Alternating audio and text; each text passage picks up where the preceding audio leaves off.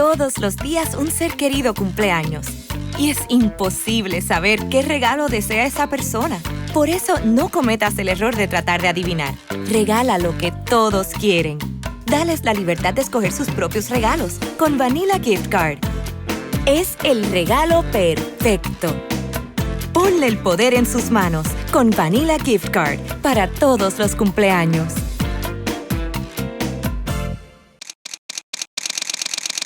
Bienvenidos a Bonita Radio. Esto no es un cuento, esta es la verdad. En breves segundos, la periodista Carmen Enita Acevedo estará con ustedes. Bonita Radio está disponible en Facebook, Instagram, X, Spotify, YouTube, iVoox y iTunes. Agradecemos a nuestros auspiciadores. Vanilla Gift Card, Vega Coop, de tu lado siempre. y Buen Vecino Café. Nuestras transmisiones son viables también gracias al apoyo de ustedes. Pueden enviar sus donativos accediendo a bonitaradio.net. Allí podrán realizar su aportación a través de PayPal o tarjetas de crédito. También pueden realizar su donativo por ATH Móvil Negocios a la Fundación Periodismo 21. O pueden enviar un cheque o giro postal a PMB número 284, P.O. Box 194000, San Juan, Puerto Rico 00919-4000. Bonita Radio, esto no es un cuento, esta es la verdad. Con ustedes, la periodista Carmen Enita Acevedo, en directo desde el estudio Roberto el Indio Acevedo.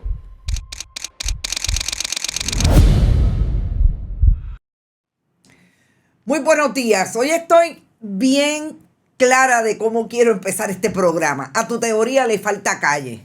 Hemos escuchado tantas teorías en esta semana de por qué perdió Pedro Pierluisi esa primaria, de por qué estamos en donde estamos con relación a la privatización de la Autoridad de Energía Eléctrica, el ejercicio del servicio público en qué se ha convertido, dónde están los jefes de agencia después de que perdieron la posibilidad de volver a ser jefes de agencia en una próxima administración si gana el Partido Nuevo Progresista. A esas teorías le falta calle. Yo quiero hablar un poco hoy de la teoría y de la calle, y sobre todo de la historia, porque la calle definitivamente solamente puede tener en todas esas teorías que se esgrimen, sobre todo en el asunto de la administración de la política pública y la administración gubernamental, si uno tiene claro la historia de dónde venimos con relación a eso. Hoy es 7 de junio del 2024 y vamos a hablar en Bonita Radio de diferentes temas, pero como siempre, a esta hora, a las 8 y 7 de la mañana, Bonita Radio se enciende para conversar con ustedes sobre ustedes y de lo que tienen derecho a saber. Vamos a hablar de todo lo que ha pasado, vuelvo y repito, en el contexto histórico, la privatización de la Autoridad de Energía Eléctrica, con lo que ha dejado a partir del domingo esa primaria entre Jennifer González y Pedro Pierluisi en el contexto de la gobernanza y el Partido Nuevo Progresista administrando el bien de la Corporación Pública Autoridad de Energía Eléctrica. Vamos a ir tan atrás, a situarnos en el 2018 cuando se escribió la reforma la reforma energética, que supuestamente era la panacea para salir de los problemas que tenía la Autoridad de Energía Eléctrica, entre otras, porque no estuvo escrito en piedra, pero muchos lo dijeron y lo cacarearon, el sindicato. Vamos a hablar de la primaria breve, pero hay que decir que ya Jennifer González anunció que el comisionado electoral va a ser Aníbal Vega Borges, por lo menos lo anunció en sus grupos internos y se filtró.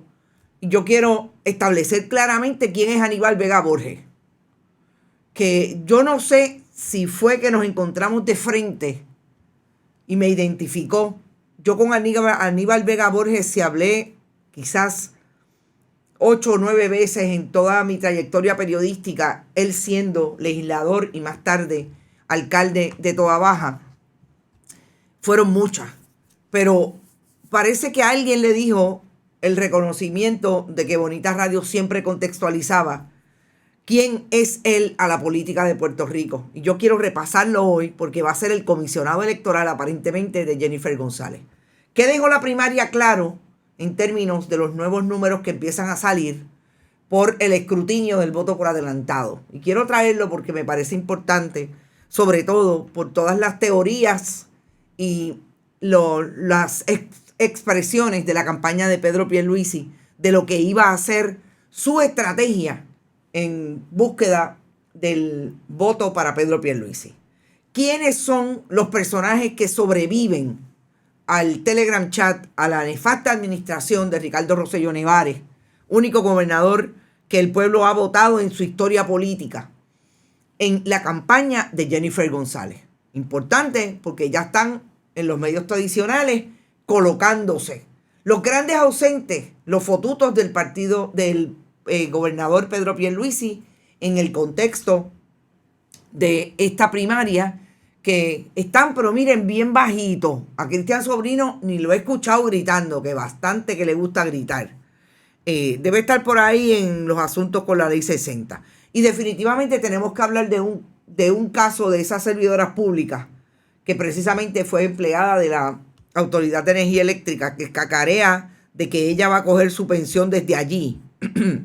Lourdes Ramos, y los proyectos que está impulsando, que los han tenido que retirar porque para ningún lado. La petición que hizo la semana pasada, hace 2 semanas, cuando trajimos la información de Roberto Cacho en el proyecto Esencia y todo lo que se ha dado alrededor del motu propio de esa corporación, de ese junte de corporaciones para desarrollar toda la costa del área de Boquerón, pidió los documentos la oficina de Mariana Nogales Molinelli, y ahora el Senado, a través de María de Lourdes Santiago, hace un requerimiento oficial a partir de su oficina de que le den todo lo que está pasando con relación a ese proyecto en OCPE. Importante, no lo podemos dejar caer, el asunto de cómo se va a desarrollar y cuáles son los extremos que se están dando en esa transacción. Voy a ustedes, está por ahí Esther Martí. Saludos, Esther, qué bueno que estás. Iliana González, Esther llegó primero, se está levantando temprano. Rigoberto González Moret también está por ahí. Está Iris Casanova, está Tito Mout, está Sandra García, Alberto Ramos, Carlos Santos, Doris Marrero, Brenda Gómez Reyes. Brenda, te vi bien agitada. No fuiste tú, perdón, no fuiste tú. Fue otra Brenda. Estaba bien agitada con los troles que están entrando, hablando sobre el asunto de quién está primero y quién trabaja y quién no trabaja. Ana Rivera, Magdi Cabán, María Cruz, Kenia Rosado, Carlos Pérez, Eduardo Malavé, Carolín Miranda, Lisset de León, Edith Irizarry, Ana Rosado, Edwin Figueroa, Roberto Avilés, Tito Crespo, Maris. Gracias por estar a todos y a todas. Sandra García, La Diáspora, Osi Colón, Doris Marrero, Polo Quiles, Víctor Cruz, Che de Caro, lindo viernes desde Rincón. Tú sí que estás haciéndome bullying. Muy mal. Hace rato que no voy al oeste. Efraín Borrero, yo me desquito pronto. Adalberto, Nilda Santiago, Limari, JJ Bob, Robert Baldwin, Judith Morales, Micaela Scherer, todo el mundo, Carlos Lugo, Manrique Mejía, Munrican, Moisés Moralechón. Vamos a las informaciones. Vamos a empezar con Lourdes Ramos. Vamos a empezar con esas imágenes que una piensa que no se van a atrever a hacer cosas como estas, pero como están tan acostumbrados a hacerlas, realmente pienso que no reconocen que el país va por otro lado. Lourdes Ramos, yo no sabía, y tengo que decir que no lo sabía porque obviamente parece que a nadie le dio mucha importancia, pero estaba bastante cacareado el que Lourdes Ramos, que yo creo que lo último que hizo visible para la opinión pública fue tratar de meterle las manos a la Asociación de Empleados de Lela para desbancarlas como han desbancado tantas instituciones con dinero desde los servidores públicos. Y la última, siempre todos los años que ganaba el Partido Nuevo Progresista, revivía el cambiar los estatutos de la Asociación de Empleados de Lela para meterle las manos a ese fondo. Los empleados de esa asociación no se dejaron, crearon un fideicomiso, perdón, no se creó nunca el fideicomiso, me acabo de enterar hace un rato. Que no se entere Lourdes Ramos, pero bueno, eso hay que decirlo. pero protegieron su organización, incluso con PNPs que dijeron, aquí no van a meter las manos. Eso fue lo último público, más público. Pues ahora a Lourdes Ramos se le ocurre hacer un proyecto de ley, traerlo para discutirlo, para crear una capa de burocracia y un consejo que delimite la profesión de la danza. Mire, cada vez que meten la mano en la legislatura de Puerto Rico para crear algo que supuestamente va a proteger, es todo lo contrario. Y hay algo detrás, y hay algo que dice, caramba, ¿quién será el que está aquí? ¿Cómo será? La última fue la ley de transparencia, con todo lo que puedo estar de acuerdo de que el Estado había que tener un elemento para poder ir y recurrir de las acciones del Estado de esconder información. Siempre y al día de hoy lo sostengo, he estado en desacuerdo con que se creara una ley que iba a crear otra capa de burocracia para darle un puesto a alguien, que no se logró, solamente se creó la ley, para finalmente que estemos, hoy me llegó a mí la contestación de una agencia que pidió una prórroga porque le pedí una información y piden prórroga para que estemos en esa capa de burocracia. Pues lo mismo querían hacer aparentemente con las personas que se dedican a la danza. Y yo voy a hablar solamente de esta carta que le envió estas organizaciones a Lourdes Ramos cuando se enteró, y a Débora Soto, Lourdes Ramos en la Cámara, Débora Soto Arroyo en el Senado, cuando se enteraron que la Comisión de Educación, Arte y Cultura iba a pasar juicio en el proyecto de la Cámara 2170 para crear la ley reguladora de la profesión de la danza en Puerto Rico. Hacemos esta solicitud a nombre de las compañías profesionales que dirigimos, Andanza, Ballet Concierto, Ballet San Juan y Mauro Ballet. Las personas que están listadas aquí, sobre todo María Lolita Villanueva, que la conozco hace muchos años en términos de más que de su trabajo por ser la hija de una gran escritora puertorriqueña. Me encuentro a la Lidia Vega, con Sandra Almodóvar, que dirige Ballet Concierto, Orlando Carreras, que dirige la otra organización.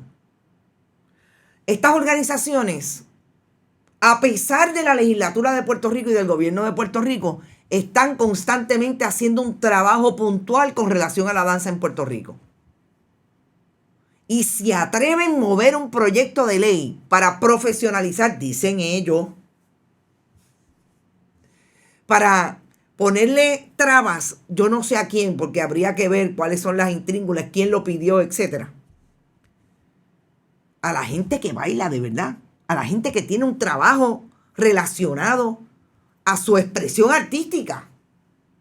La verdad es que lo que es no tener nada que hacer, o lo que es ser mal político. Esto fue a lo que se dedicó Lourdes Ramos en los últimos, quizás, 3 años, porque díganme ustedes dónde la han visto, aparte de hacer el bulto para apoyar a Pedro Pierluisi.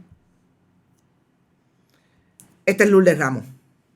Derecha tratando de controlarlo todo, dice Monpadua. Buenos días, bonito Rafael Avilés.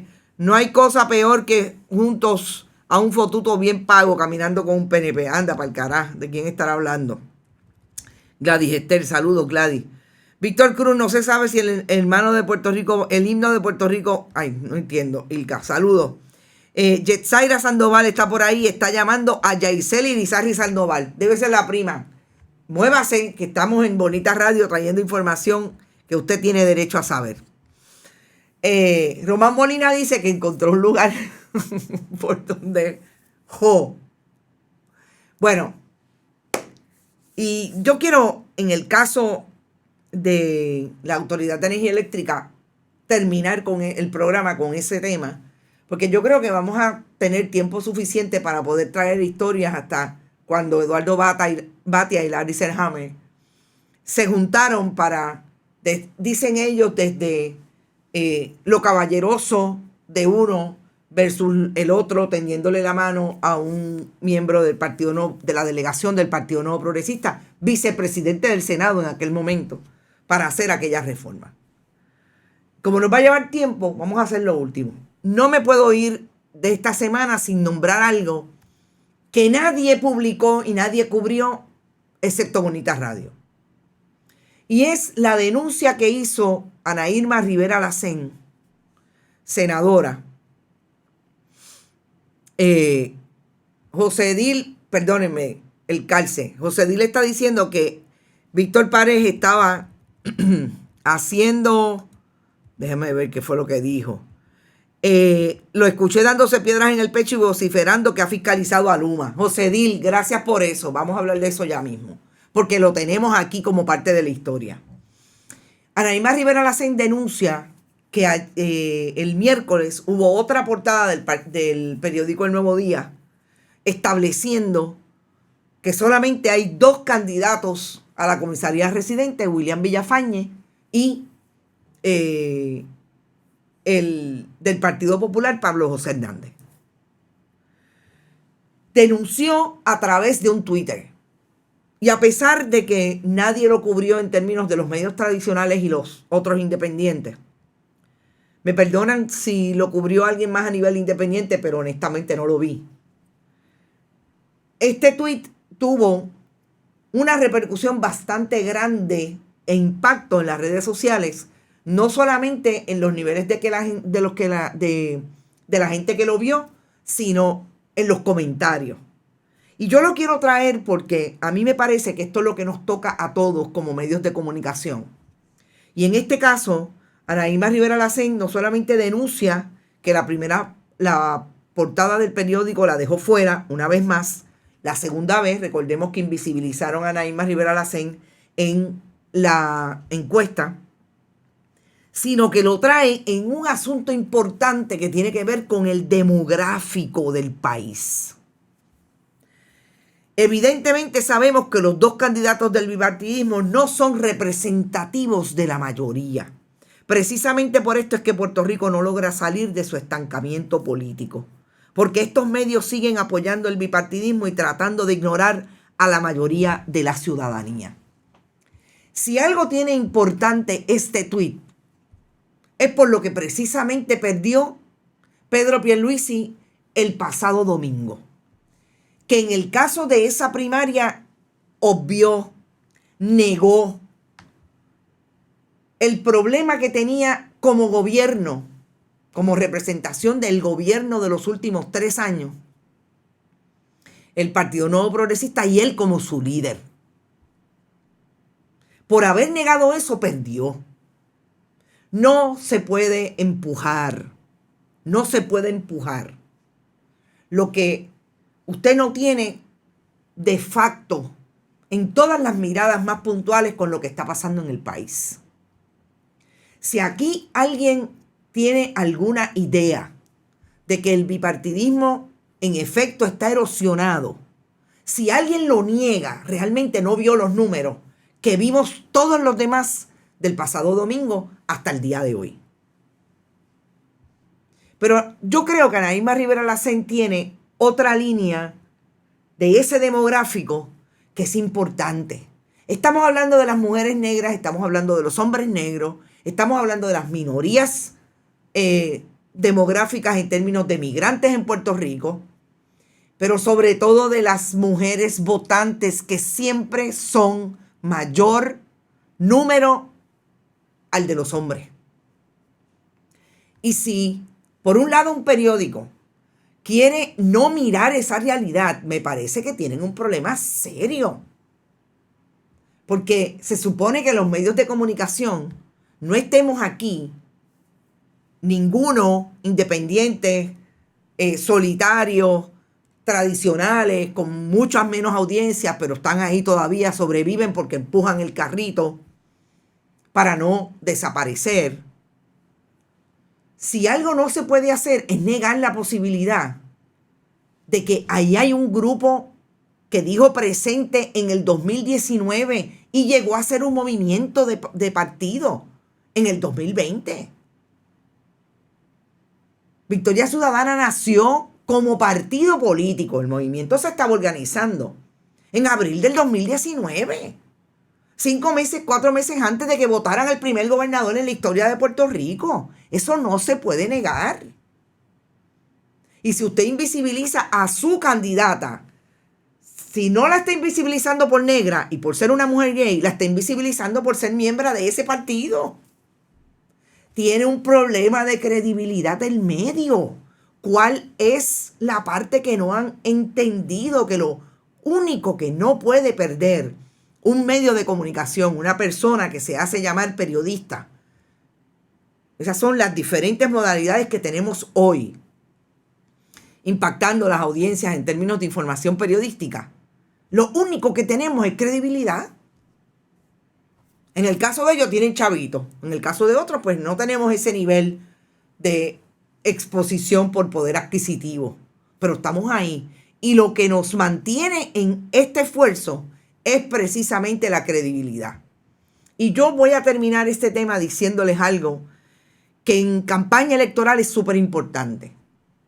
Siempre es importante, pero en campaña electoral mucho más. Nosotros aquí entrevistamos a cualquier persona que represente en el espacio público algo importante para demostrar o para atraer en un año electoral. Candidatos, personas independientes, no tenemos ningún problema. Siempre y cuando se comporten con respeto, porque no le vamos a soportar a nadie que nos falte el respeto. Si eso es así, nosotros hacemos las llamadas a todo el mundo. Y los únicos que han comparecido ante nosotros, ya ustedes saben quiénes son. Del Partido Popular, creo que todos estos, Juan Zaragoza. Creo que, bueno, hemos tenido algunos en el pasado, pero en año electoral, Juan Zaragoza. Al Partido Nuevo Progresista, yo tengo todas las veces que les envío peticiones de entrevistas y de información y no me las entregan. Entre otros, los servidores públicos. Pero las entrevistas a todo el mundo.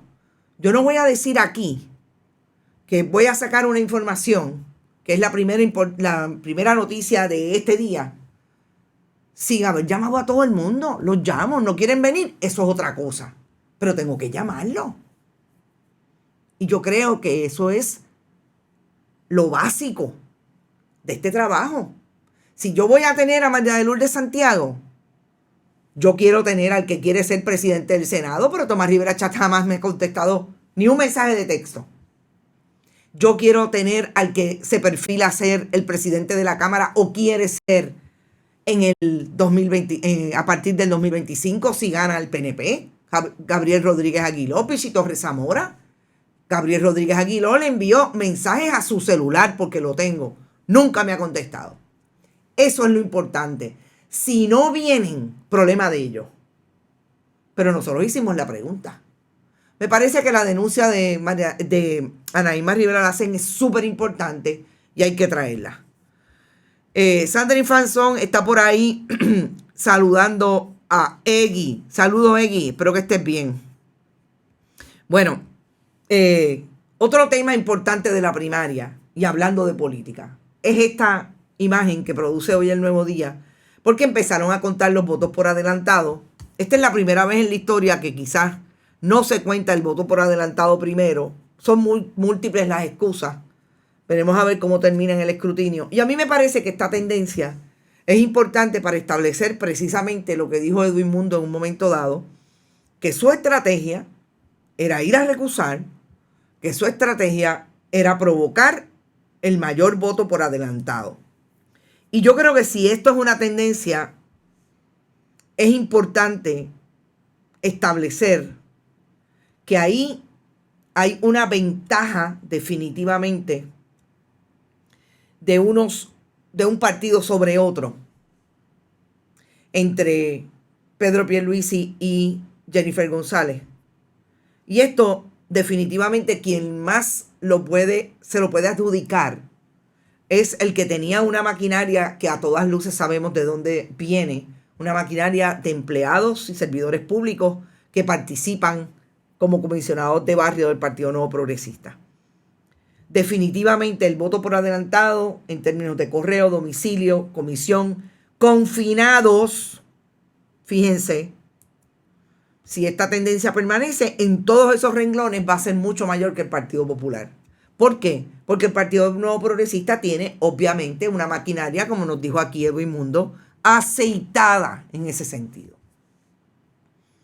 Y yo creo que eso es importante destacarlo porque hacia eso van en las elecciones generales. Bueno, en las elecciones de noviembre, lo interesante va a ser si Jennifer González va a poder tener la misma capacidad de Edwin Mundo, porque no me parece, volvemos, Edwin Mundo diciendo que es la persona que mantiene esa maquinaria aceitada de la manera en que lo hace.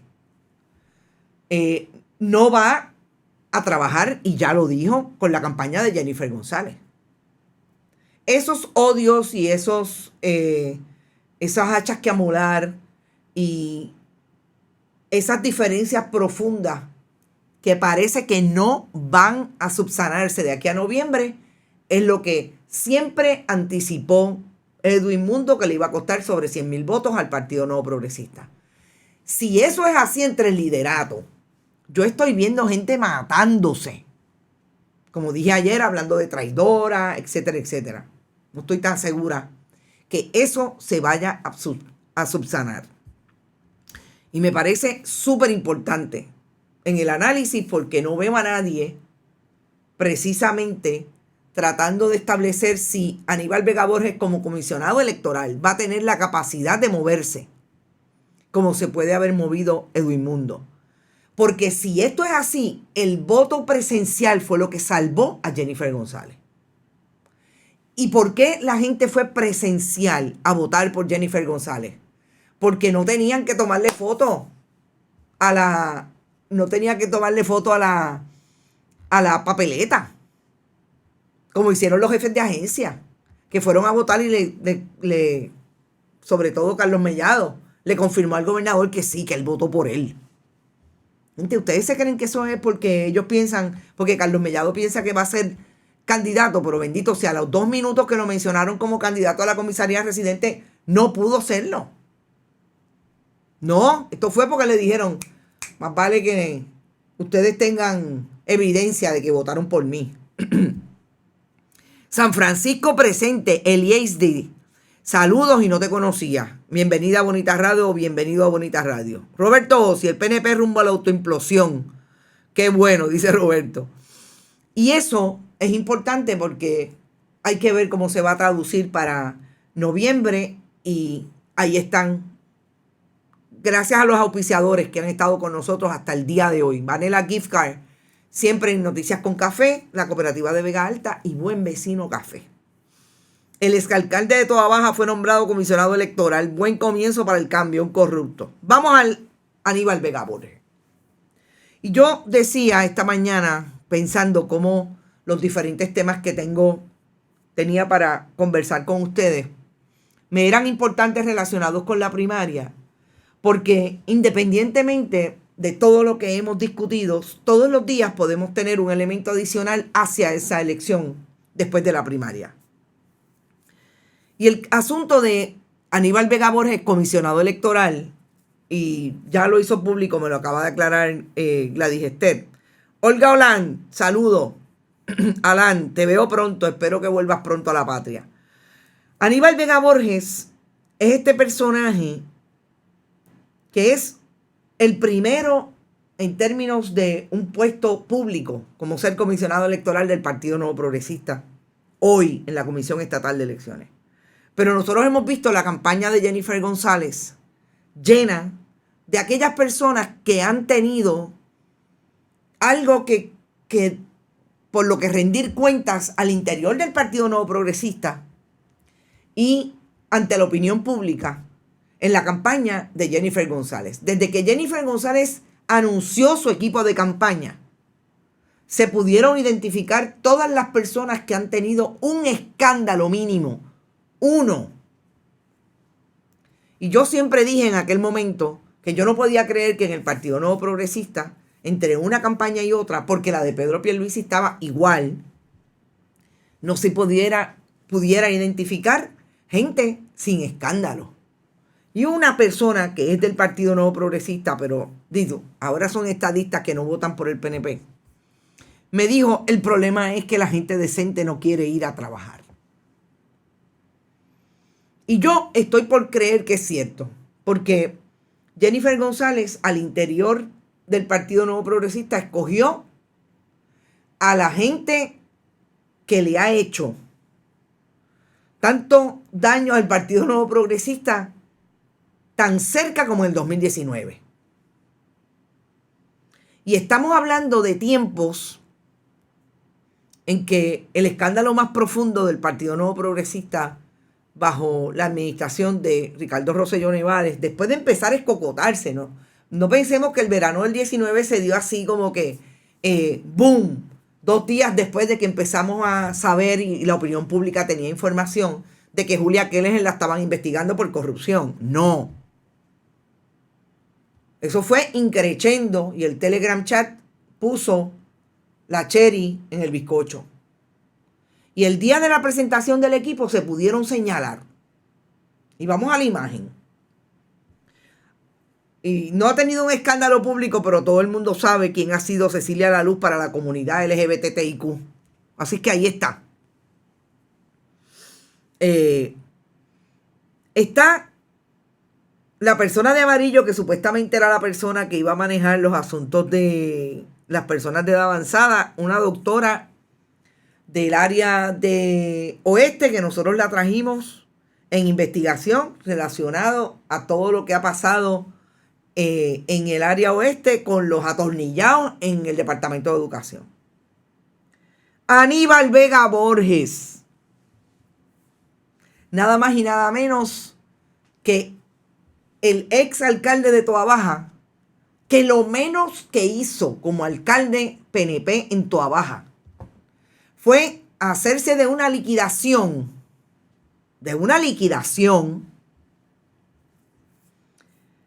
en medio de haber dejado a ese municipio sin pagarle incluso las remesas obligatorias como el IRS, el Departamento del Trabajo, entre otras. Aníbal Vega Borges, que no lo investigó el FBI o no completaron la investigación porque empezaron a investigarlo, porque Rosemilia Rodríguez era la fiscal federal interina en Puerto Rico. Francisco Domenech, nada más y nada menos que un agresor doméstico que salió públicamente identificado como tal y que hoy se toma fotos con su esposa, quien lo denunció inicialmente, pero después volvió con él. No tenemos nada que cuestionarle a la señora si tiene en efecto un problema del ciclo de la mujer, de violencia de la mujer maltratada. Reconocemos eso y reconocemos lo que puede resultar para una víctima, pero ahí está. Y obviamente Carlos Bermúdez, uno de los brothers del Telegram chat. Pero en esta foto no está una persona que ha estado con Jennifer González aparentemente desde el día 1 en que anunció su aspiración. Y es Elia Fernando Sánchez Sifonte, que esta semana, creo que fue el martes, estuvo en un medio tradicional dando su opinión de por qué Pedro Pierluisi perdió. Y yo escuché en parte la entrevista esta mañana. Y cuando la escucho, me doy cuenta que todos los medios, o por lo menos los 2 medios que han tratado de rehabilitar a Elia Fernando Sánchez Sifonte, tienen un problema incluso con las palabras de él mismo. Porque se reconoce siendo el director de campaña de Ricardo Rosselló Nevares, el que creó aquel monstruo que llegó a la fortaleza única y exclusivamente con un montón de amiguitos de 40 años. Recordemos que Ricardo Rosselló Nevares tenía 38 años cuando ganó la gobernación, en el 2017. Cuando celebró en abril del 2019 los 40 años, para los cuales Ricardo Gerandi y el propio Elia Fernando Sánchez Sifonte reunieron a los empleados de confianza del PNP en las agencias y le pidieron dinero para celebrar el cumpleaños y le pidieron que buscaran a los contratistas para llenar las arcas del PNP. Cuando eso ocurrió, que tenía 40 años, aquellos otros también estaban en los 40 años.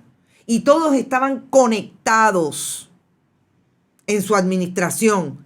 Anthony Maceira Saya, Carlos Mercader, Cristian Sobrino, Alfonso Orona, Rafael Cerame, los brothers del chat, que hoy el único que no vemos públicamente, puede poner la imagen, señor director, es al presidente de COI, a Edwin Miranda. Pero todos los demás, el último que salió, obviamente no vemos al ex secretario del Departamento de Hacienda, porque salió peleado con todos ellos y ahí empezó supuestamente la cooperación de él con las autoridades, que quedó más o menos en nada, etcétera. Ramón Rosario. Los que no son fotutos, otros tienen contratos con el gobierno, como Anthony Maceira Saya. ¿Y dónde se ubicó Carlos Bermúdez y Elías Fernando Sánchez Sifonte? Con la que ellos quieren que gane la elección general en noviembre, con Jennifer González. ¿Y por qué Elías Fernando Sánchez Sifonte no sale públicamente? Porque él mismo reconoce, y me encanta, que no es rehabilitable para la opinión pública. Porque es una figura que le hace daño, le podría hacer daño al lado a Jennifer González, como alega él, porque esto es fuerte, gente. En esa entrevista, como alegó que le hizo daño Ricardo Rosselló Nevares a Pedro Pierluisi. Lo menos que dijo Elías Fernando Sánchez Sifonte es comparar que la rehabilitación de Aníbal Acevedo Vilá le ha tomado 10 años después de haber sido acusado. Claro, el problema es que no dice que hay un contexto puntual que no tiene comparación en el caso de Ricardo Rosselló Nevares y en el caso de Aníbal Acevedo Vilá. Que Aníbal Acevedo Vilá fue a juicio y lo encontraron no culpable. Ese es el problema de cuando escuchamos y la gente abraza y no trae el contexto puntual. Y yo creo que esto es algo que no se puede dejar pasar en el análisis de quién, sobre todo, quiénes son los que están alrededor de Jennifer González.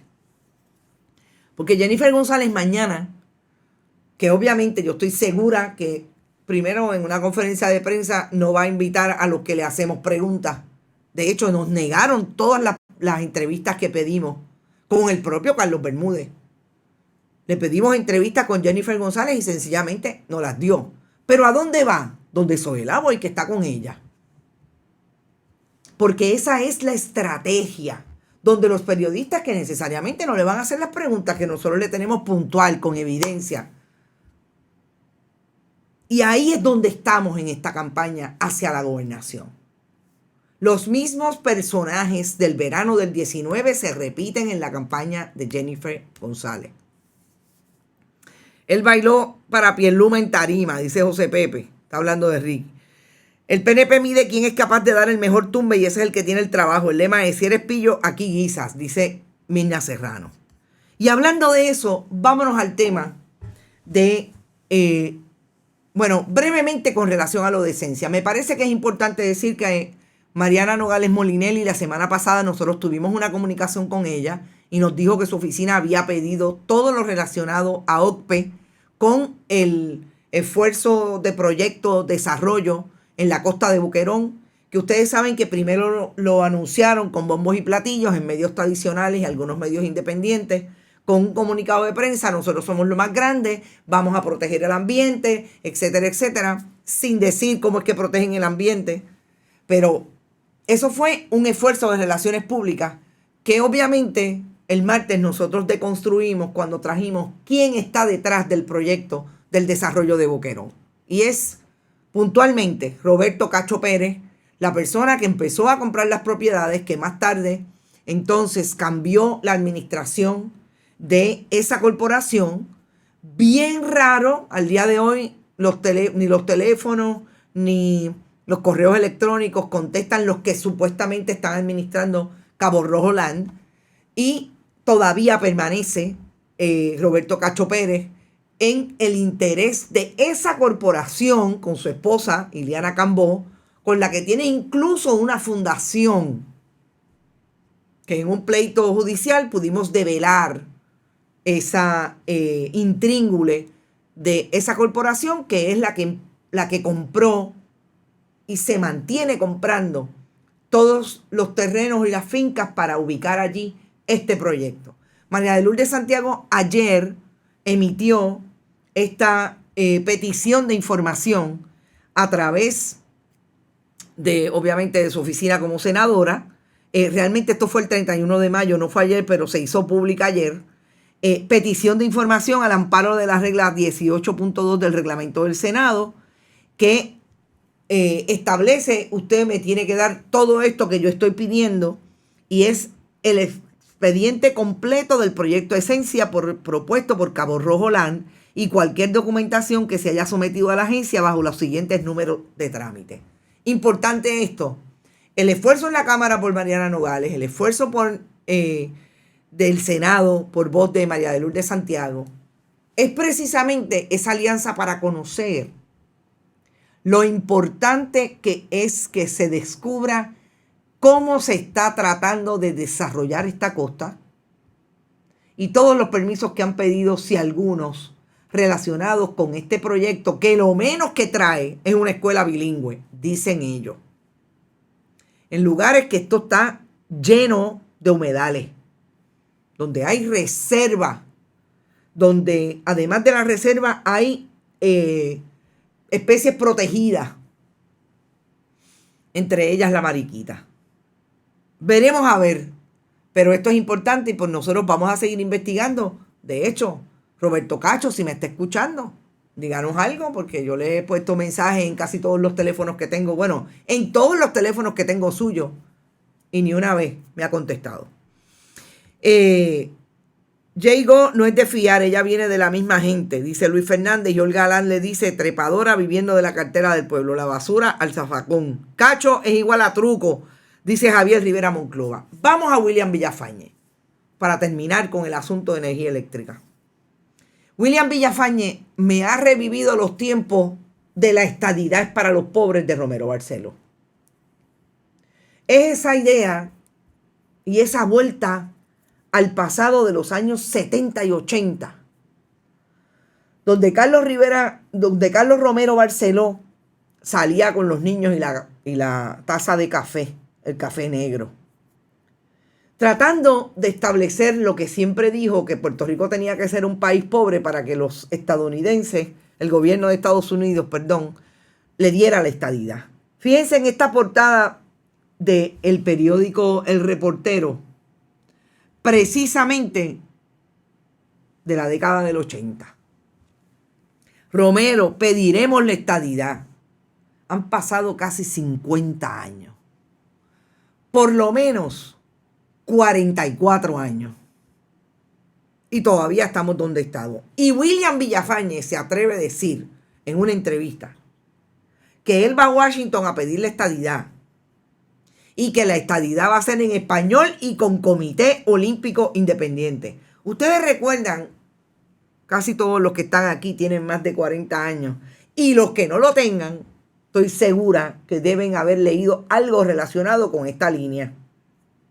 El jingle de Romero Barceló en las elecciones del 80, precisamente de que esto iba a ser un estado con Comité Olímpico y que íbamos a poder luchar, vitorar a los nuestros en una competencia olímpica. Que William Villafañe reviva eso, es decir, que el Partido Nuevo Progresista le quedan 2 recortes, independientemente de los 290,000 en términos de los que fueron a votar a la primaria, en términos de que no hay un discurso, no hay un proyecto, otro que no sea tratar de sacar a la gente a votar porque van a buscar la estadidad. Pero si la están buscando desde antes de Luis Aferré, por lo menos él fue el primero en términos de representación política que lo trajo desde ahí, pero sabemos lo que quería las turbas republicanas entonces. Gente, está fuerte. Que eso sea lo único. Es como, obviamente, los que están en la contraparte del Estado Libre Asociado, que lo único que pueden decir es que no vamos a perder la ciudadanía americana. Realmente. ¿Por qué me parece importante irnos a la historia de la Autoridad de Energía Eléctrica y su privatización? María de Lourdes Santiago dijo algo ayer, y si siempre subimos el nombre un poco, el señor director. Esto es un video que produjo ayer María, literalmente para borrar el nombre, es lo que quiero decir. María de Lourdes Santiago hizo una expresión en el Capitolio que establece lo que ella entiende debe pasar con la Autoridad de Energía Eléctrica. Yo quiero que lo escuchemos. Deme un momento, señor director, porque no estoy conectada. Que lo escuchemos brevemente para ir al análisis y poder llegar a la historia. A partir de este mensaje, a la historia de lo que ha sido el proceso de privatización de la Autoridad de Energía Eléctrica y donde estamos hoy, sobre todo con la crisis que tienen muchos ciudadanos de este país, teniendo apagones todos los días, problemas con los diferentes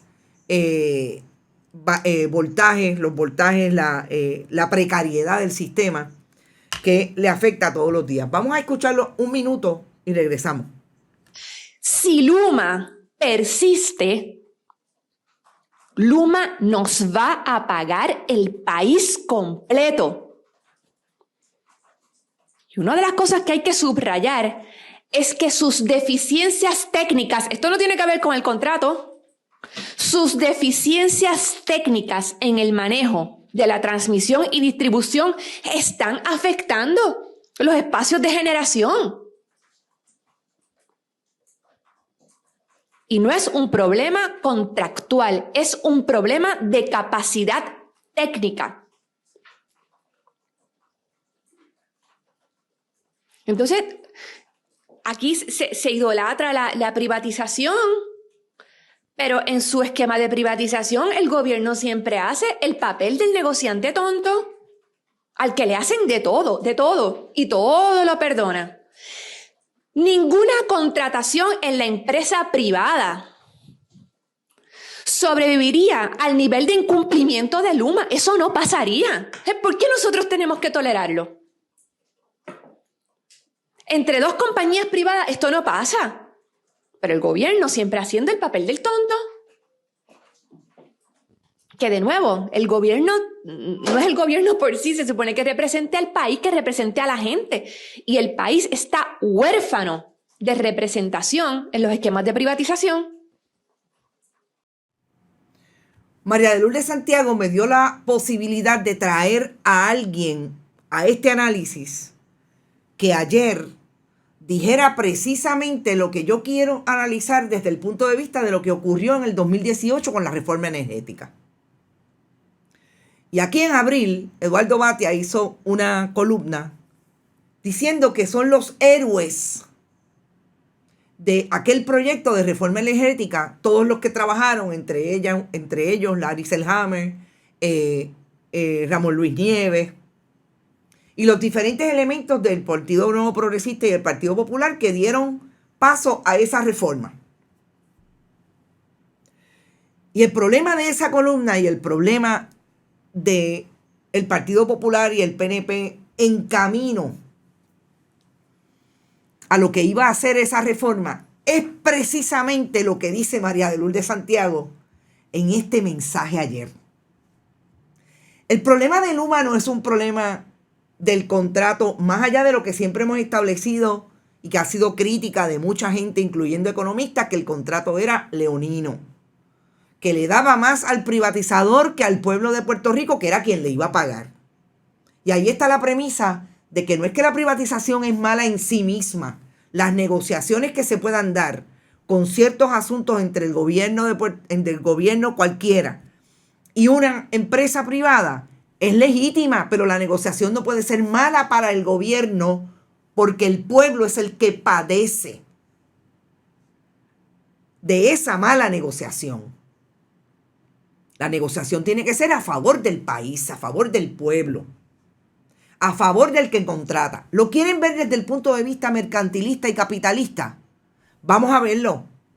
Algunos de esos legisladores que pusieron en el papel toda la cosa más hermosa que iba a ser la reforma, mañana van y compran una casa y tienen un contrato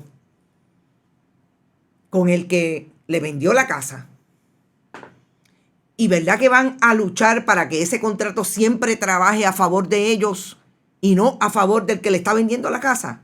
Eso era lo que tenían que hacer. El problema es que se quedó en el papel. El problema es que dijeron que no iban a politizar porque la politización estaba en la experiencia de la Autoridad de Energía Eléctrica, pero politizaron cuando todos sus achichincles fueron a trabajar a Luma, del Partido Popular y del Partido Nuevo Progresista. Le sirvieron en bandeja de plata al privatizador a aquellos que eran los que estaban con ellos en la esfera gerencial, político, partidista. Y cuando eso ocurre, oiga, y de esa experiencia, desde el día 1 la tenemos. Desde quien fue el director el asesor legal, que era un ex ayudante de Eduardo Batia, hasta quien dentro del Partido Nuevo Progresista ha ido a trabajar como la famosa directora de servicios gerenciales gubernamentales en Luma, que era una expresidenta de los jóvenes del Partido Nuevo Progresista con Pedro Rosselló. A ese nivel ha sido la politización del privatizador. ¿Y por qué ustedes se creen que lo hizo el privatizador? Porque llegó a Puerto Rico y se dio cuenta que si no trabajaba con este y con este, no iba a tener posibilidades de seguir siendo privatizador. Porque los que estaban cuestionando ese contrato no estaban ni en el Partido Popular ni en el Partido Nuevo Progresista.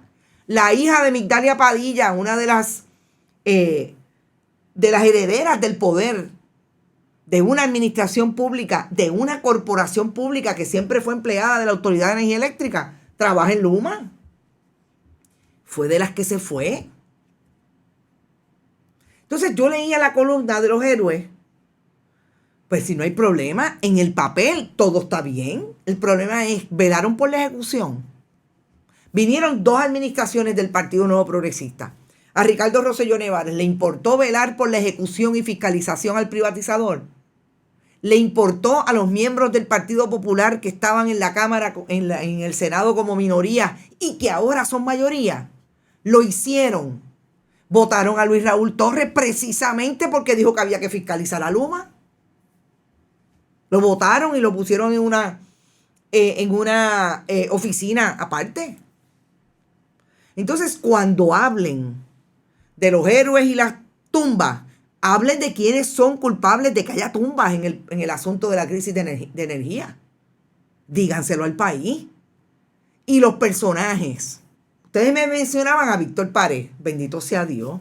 Ustedes saben quién era Víctor Párez en el esfuerzo que trató de hacer, sobre todo la delegación del Partido Popular, de ponerle un detente al contrato de Luma cuando el gobernador lo vetó. Uno de los que hablaba de que fiscalizaba a Luma. Pero antes era el presidente de la comisión donde se veían todos los asuntos del contrato de Luma. Favoreció la privatización, le dijo hace poco a Rubén Sánchez, no hay problema, Luma está haciendo lo que tiene que hacer.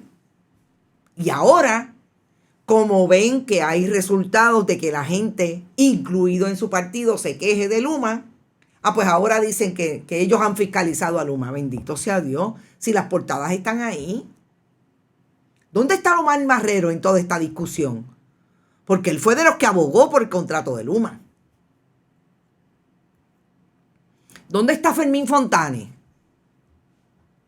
Estas son la gente que abrazan la privatización mala, que trabaja bien para el privatizador y malo para el que se lo paga, que es el pueblo de Puerto Rico. Y en ese sentido, ahí es donde yo veo que estas expresiones ayer de María de Lourdes Santiago, fíjense, cuidadosas en términos de que sí hay un contrato, de que el gobierno de Puerto Rico abrazó un contrato que además de ser malo porque nunca lo fiscalizaron, el problema es técnico, que el Luma no tiene la capacidad técnica para bregar con esa infraestructura. Que lo único que Juan Saca ve como bueno que ha hecho Luma es que ha puesto 12,000 postes. Y hay una línea interesante que de alguna manera habrá que cuestionárselo a Juan Dalmau. Y yo creo que María de Lourdes Santiago aquí, en un momento dado, los dos han dicho el asunto de la transición, que obviamente no puede ser como era antes, que habría que ver cómo va a ser, etcétera. Pero hay un asunto importante y tiene que ver con el gobierno de Estados Unidos, que obviamente la Junta de Control Fiscal es el gobierno de facto. Y es si en efecto, a partir del huracán María, tanto la Junta de Control Fiscal como los senadores y congresistas representantes en Estados Unidos presionaron al asunto de la privatización a cambio de los fondos federales que iban a adjudicarse para la rehabilitación de esa infraestructura. Eso es importante preguntarle, por ejemplo, a Juan Dalmau, que está diciendo que hay que cancelar el contrato. Él siempre estuvo en desacuerdo con la privatización, pero ¿cómo juega esa realidad? Que yo creo que él no la puede negar, que aquí quien manda es la Junta de Control Fiscal. Para eso es que Anaíma Rivera Lacén está diciendo que en efecto el problema de los servicios básicos es un problema de derechos humanos y que ella va a actuar sobre eso desde esa estrategia en el Congreso de Estados Unidos. Esas preguntas tienen que estar ahí y se las vamos a hacer en el momento preciso porque ustedes saben que por lo menos ellos dos me contestan. Así que esas preguntas las vamos a estar haciendo. Pero yo creo que en este asunto de Luma y de Genera, gente, hay que ir tan atrás. Y fíjense cómo dice María de Lourdes Santiago que el problema técnico que tiene Luma se traduce en un problema para Genera. Pues claro. Porque, entre otras cosas, aquellos nos quieren empujar el gas metano. Y estos no tienen la capacidad para, una vez aquellos produzcan la energía, venir a transmitirla y a distribuirla. Eso es lo más crítico. Y ustedes saben por qué es eso, porque no tienen los empleados con la experiencia que tenían los empleados de la Autoridad de Energía Eléctrica. Porque los desplazaron. Entonces, también me gustaría preguntarle a Eduardo Baty y a Larry Selhammer y a Ramón Luis Nieves, que son los que andan siempre.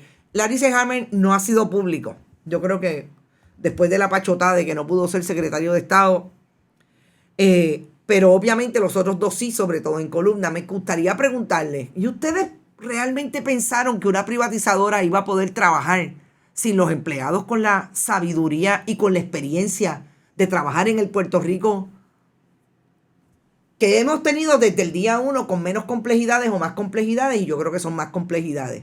Incluso con el Puerto Rico demográfico, que significa para un celador treparse, que lo lleve un helicóptero a tratar de manejar una línea de alta potencia en el interior de la isla. ¿Ustedes realmente pensaron que una privatizadora iba a poder hacer eso? ¿Que un gringo de Missouri que nunca ha visto una montaña en su vida iba a poder manejar eso? ¿Realmente? ¿Ustedes pensaron que todos los empleados de la Autoridad de Energía Eléctrica se iban a ir porque iban a ganar muchos chavos en Luma? Gente, esas preguntas súper importantes. Selhammer está tranquilo con la reconstrucción. Y Grajales, llegaste, qué bueno. Eso me dicen. Todavía quiero saber quiénes son las corporaciones, aunque sé que tiene una hija que tiene una corporación que también está por ahí guisando. Hay mucho, definitivamente, mucho de lo que hablar en este asunto.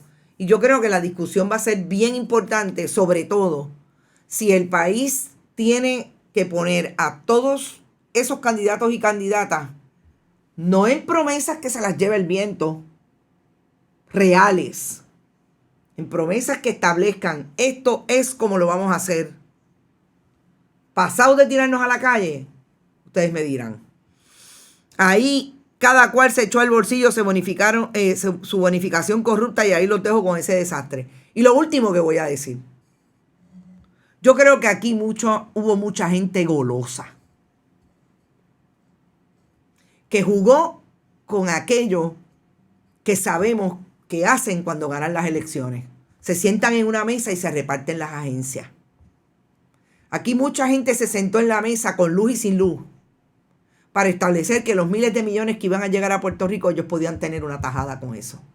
Allá ellos que se miren al espejo todas las mañanas y sean responsables por el desastre que dejaron. A Puerto Rico y al país y a todos los que lo queremos nos toca levantarnos y seguir denunciando y seguir fiscalizando. Yo hago mi parte todos los días y cuando no lo haga, ustedes me lo dicen, estoy segura. Gracias por estar. Hoy es viernes, no volvemos hasta el próximo lunes. Semana intensa y se van a seguir intensificando de cara a las elecciones. Compartan nuestros contenidos, pero sobre todo si pueden, donen a través de PayPal, tarjetas de crédito en las páginas fundacionperiodismo21.com, bonitasradio.net, Bonitas Radio ATH Móvil, Fundación Periodismo 21 ATH Móvil y siempre a través de cheques o giros postales, nuestra diáspora que todavía está en esa línea y gracias muchísimo porque créanme, como puedan y lo que puedan siempre es importante y nos ha ayudado y nos sigue ayudando. Y los que están aquí también, que también me mandan su giro y envían su giro y el cheque. Gracias por estar. Nos vemos el lunes. Que la pasen bien. Un vinito, una cerveza a nombre mío. Éxito. Hasta el lunes. Bonita Radio. Esto no es un cuento. Esta es la verdad. Este programa fue traído a ustedes por Vanilla Gift Card Vega Coop, de tu lado siempre. y Buen Vecino Café. Y no olvide que puedes realizar sus donaciones a través de ATH Móvil en la sección de negocios como Fundación Periodismo 21.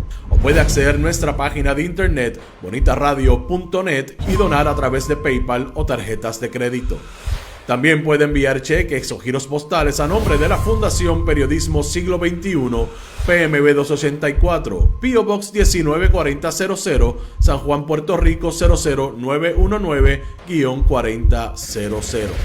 Bonita Radio, esto no es un cuento, esta es la verdad.